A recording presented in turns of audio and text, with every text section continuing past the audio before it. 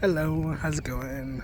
So I'm recording this on March 26th, and obviously I don't know when exactly you'll see this, but it'll likely get posted out into like July or something. So hello, how's it going? Hope you're well.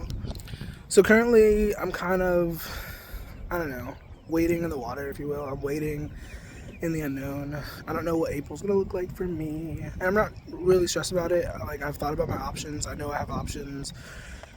And even the worst case scenario, as far as I'm aware, isn't really that bad. But once again, I don't know. And a lot of times, I think as humans, we get really freaked out by the unknown.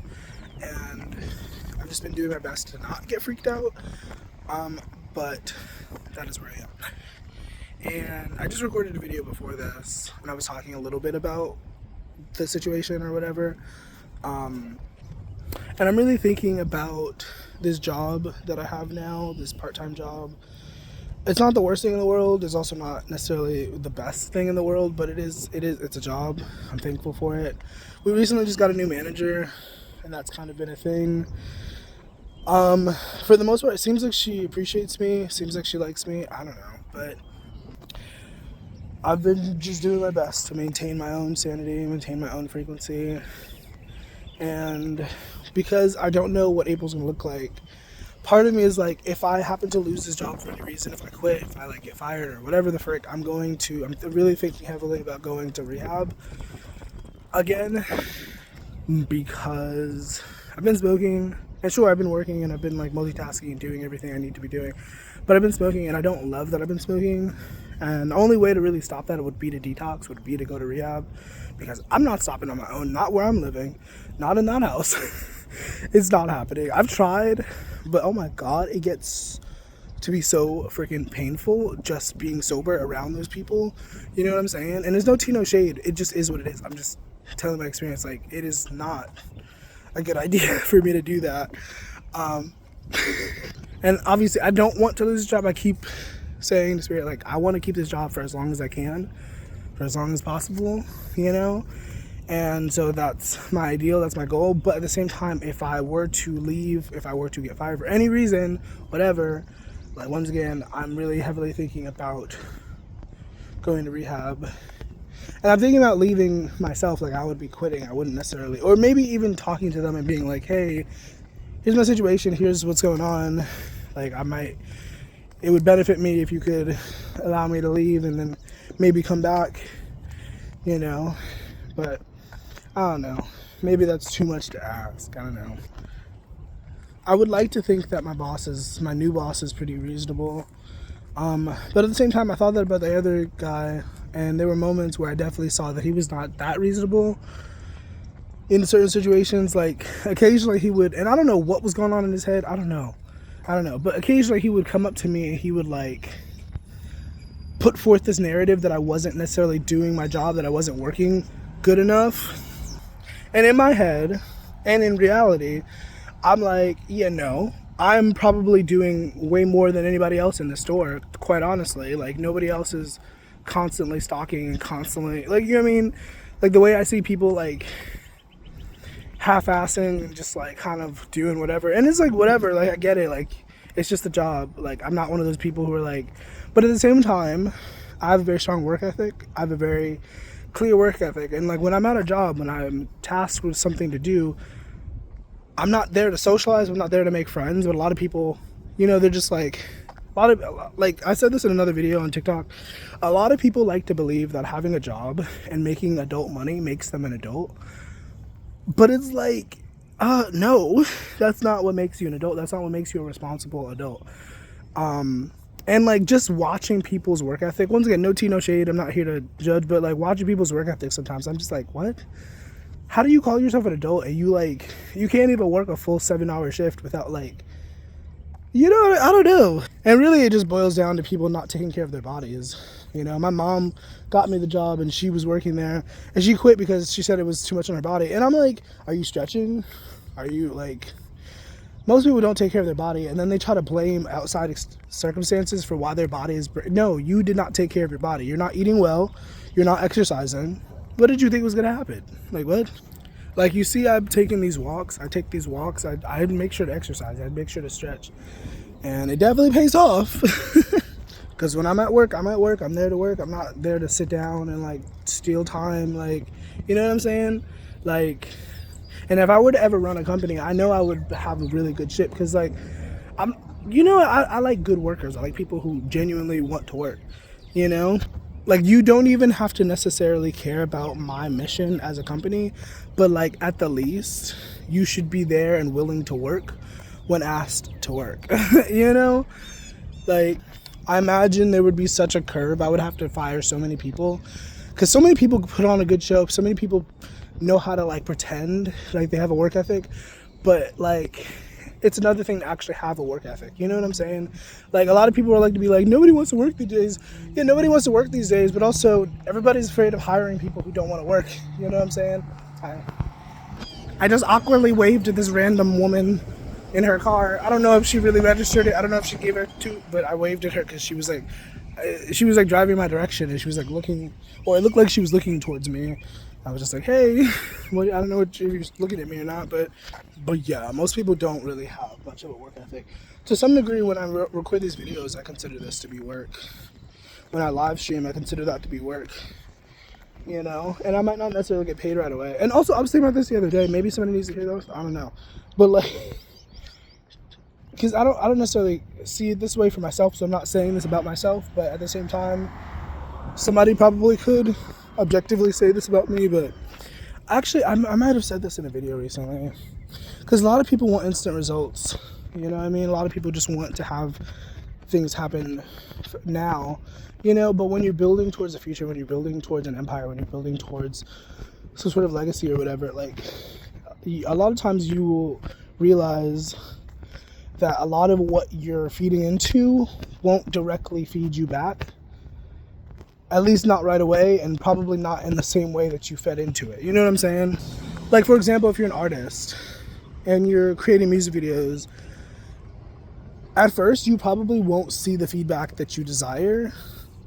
You know what I mean? But I guarantee you, most likely you put a lot of energy, you put a lot of work into the videos or the video, you know, but you probably won't see anything back from that for like a while. And you just have to keep pushing and keep going, you know? But also another fact of it is like when you truly break down the essence of like what an artist means and what it means to be somebody who creates content, who creates whatever, like it's not just about you as the artist, it's also about who you might be impacting, who you might be affecting for the positive, even for the negative, but you know, in general, who you're impacting and what kind of things that you could be inspiring within other people, you know? And I think most artists, like a real true artist, understands that like being an artist is a very spiritual thing. It doesn't always feel that way necessarily in the moment, but it is a very spiritual thing. Once again, you never know what you're inspiring somebody else. You could be inspiring somebody else to heal their generational lineage. You know what I mean? You could be inspiring somebody to get up off the couch and get a job. You know, there's a lot of things that you could be inspiring other people to do just by creating your own art. You know what I mean? And I think, unfortunately, a lot of really talented people get caught up in the machine of like, I need results, I need numbers, I need feedback. And it's like, okay, I get it, especially if you're attached to a label. But like, the real important thing is like how your art impacts other people. Like, there's so many artists who don't have that many numbers, but when you look at their impact, it's like, oh yeah, that's an icon right there. Like, I love pop. I'm a pop girly. I love pop music. And not necessarily popular music, not necessarily mainstream, but I do gravitate more towards what is deemed to be popular. But at the same time, there's a lot of artists that I frequent that have very low numbers, but like, you know, like they a lot of the times those sorts of artists have impacted me a lot more than like mainstream artists. Not all, like, you know what I mean, it depends, but you know what I mean? There's this one chick, she's kind of rising in status, I guess, Ali Salort, or however you say her name. And there's a couple songs by her that really like stuck with me during a weird time. And she doesn't have that many numbers, but once again, she is rising. But, you know, at some point, I would have been surprised to know that other people knew who she was. I mean, obviously, once again, she has an audience. She has people who know who she is. But she's not that notable in totality. but she has still made a very big impact on like my own journey within, you know. And it's like, thinking about me, I'm not a big artist. I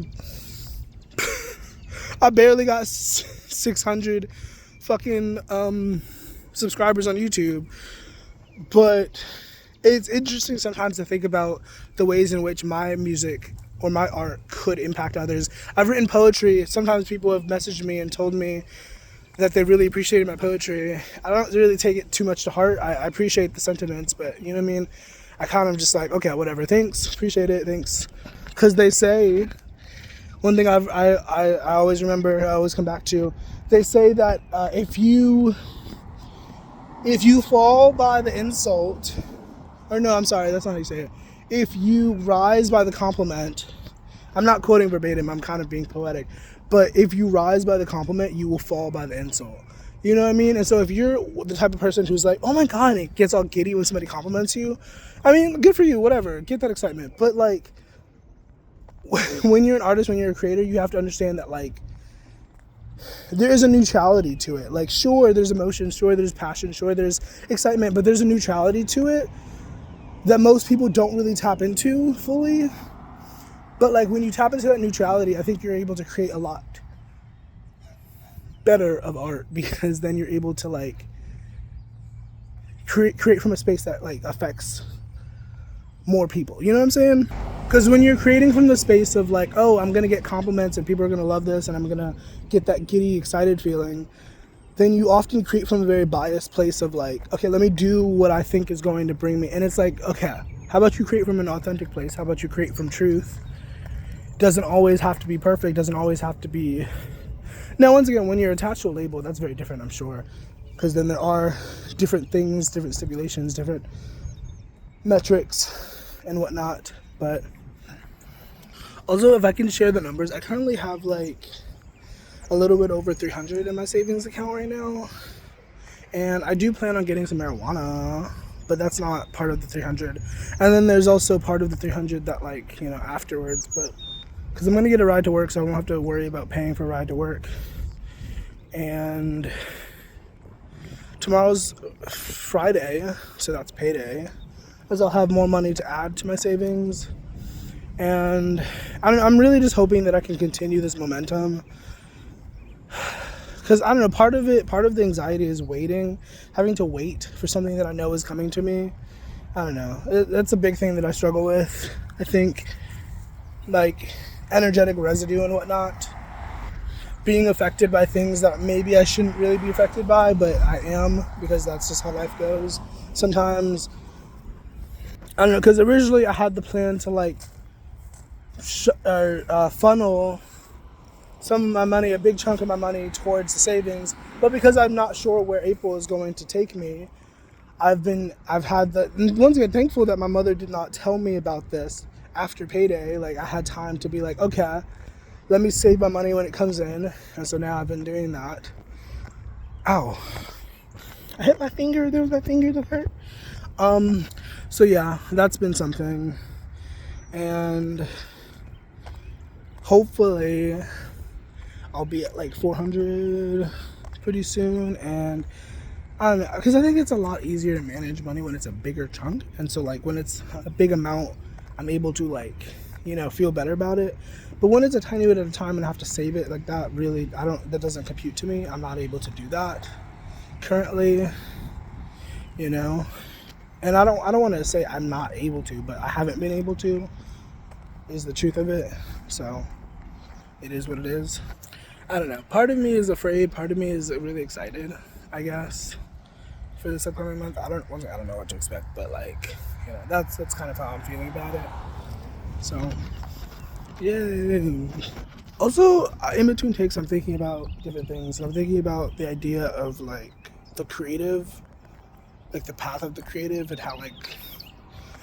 how many times I've witnessed personally people mixing the artist with the oracle sort of archetype. Londrell is one person that I think of that comes to mind.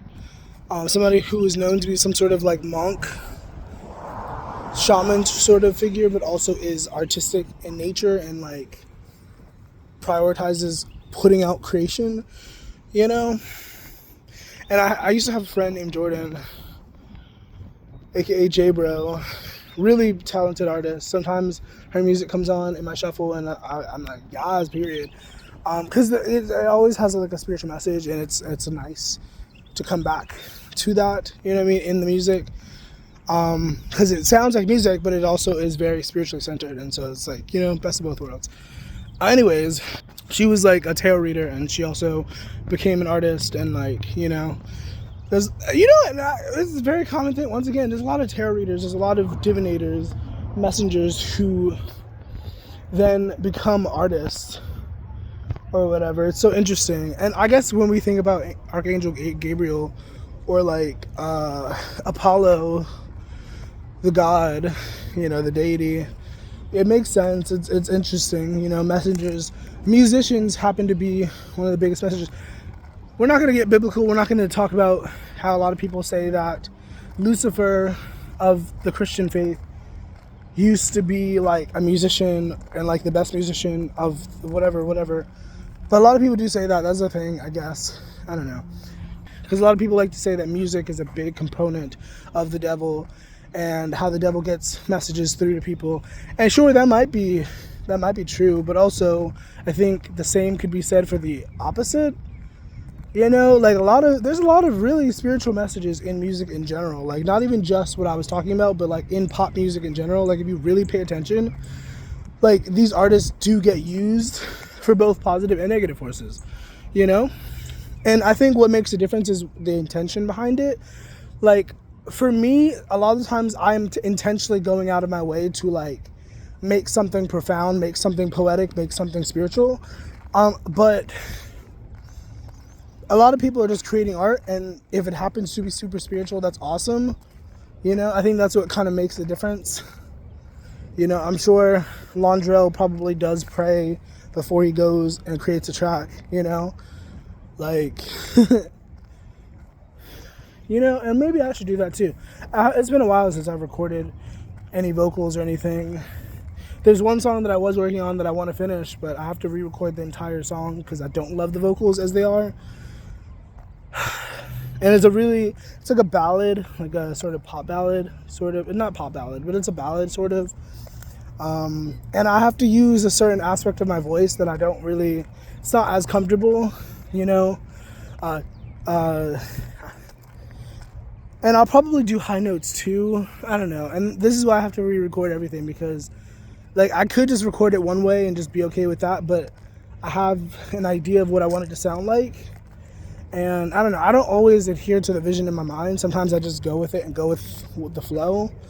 But a lot of times I do go out of my way to be like, okay, this is how it sounds in my mind, and I really want it to sound like this. So, and once again, it's crazy how the process of creating something that is literally just 3 minutes, or literally something that people will walk by for like 5 seconds. It's interesting because as the artist, you spend so much time creating it and thinking about it. But then as the consumer, like I said before, as the consumer, you don't know what it's like to have to sit there and like, well, unless you're also a creator, but most people are not. Just a fact, I guess. But as the consumer, as an everyday consumer, like you don't know what kind of pain went into creating this thing that you so much enjoy or are indifferent to, or however you feel about it, you know? Because when we think about Diddy and that whole debacle, he was on top of the music game. Like a lot of the things that he touched turned to gold in terms of music. And when you think about the types of things that he did behind the scenes and the sorts of connections that he had, it's interesting to think about how energetically that plays a part into the music and the final product. Because once again, that is behind the scenes stuff. Ideally, you would never know about it, but like,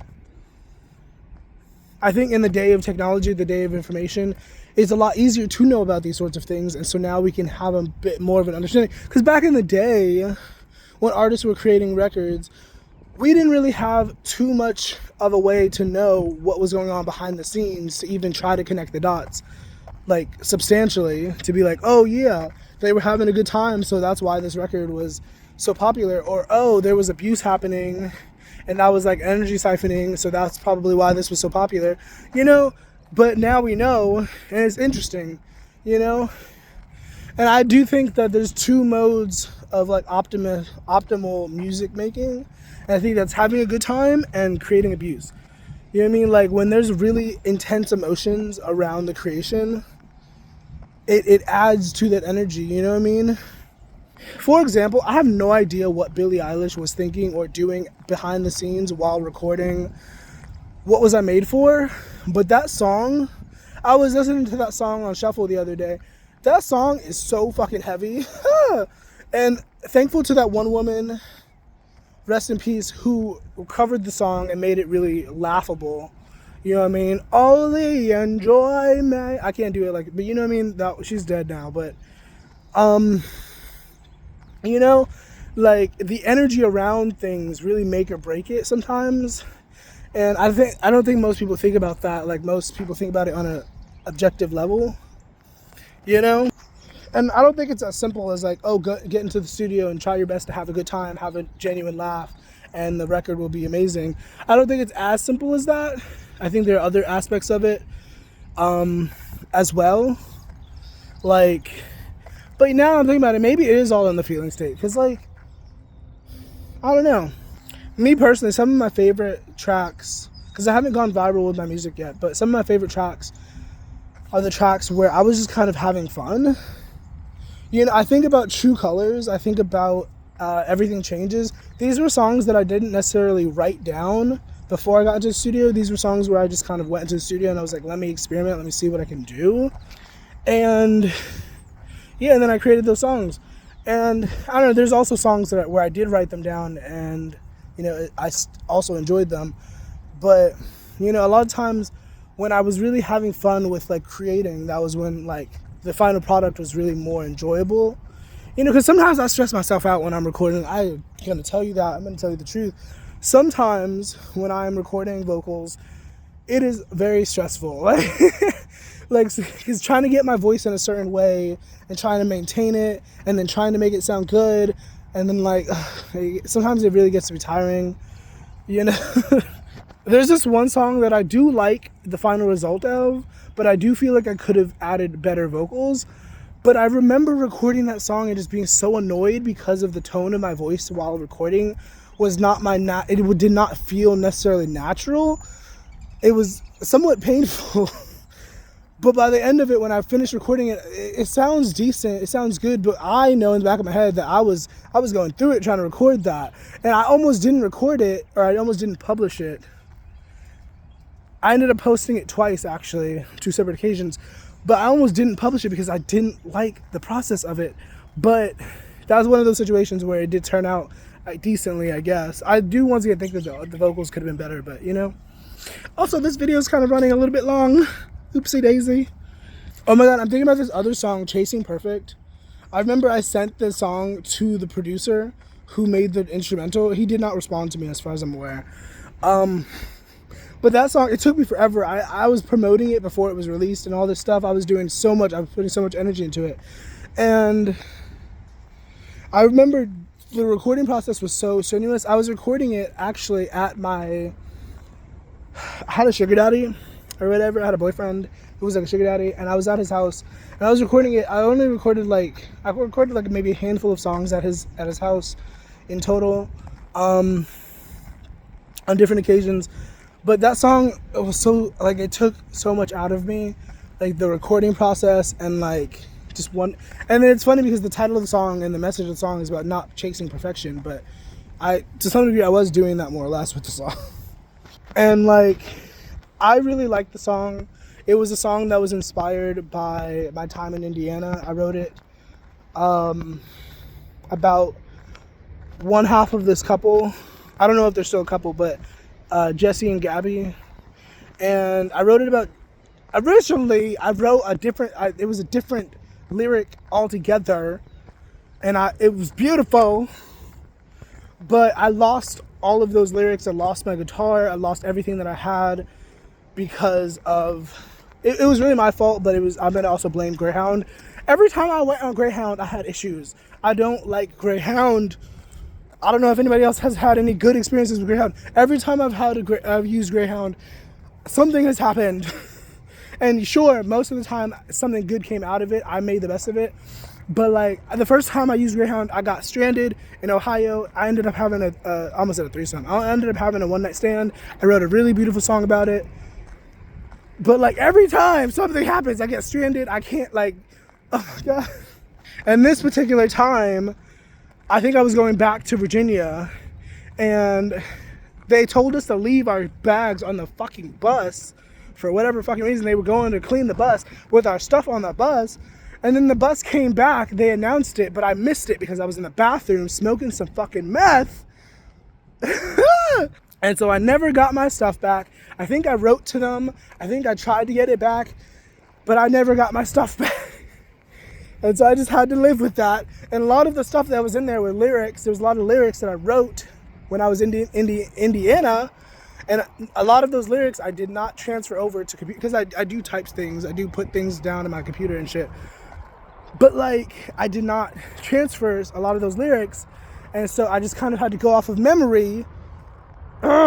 So basically that song was the memory of a song that I wrote back in Indiana about this guy that had this cool guy persona, but I could tell that underneath he was like, he was struggling a little bit.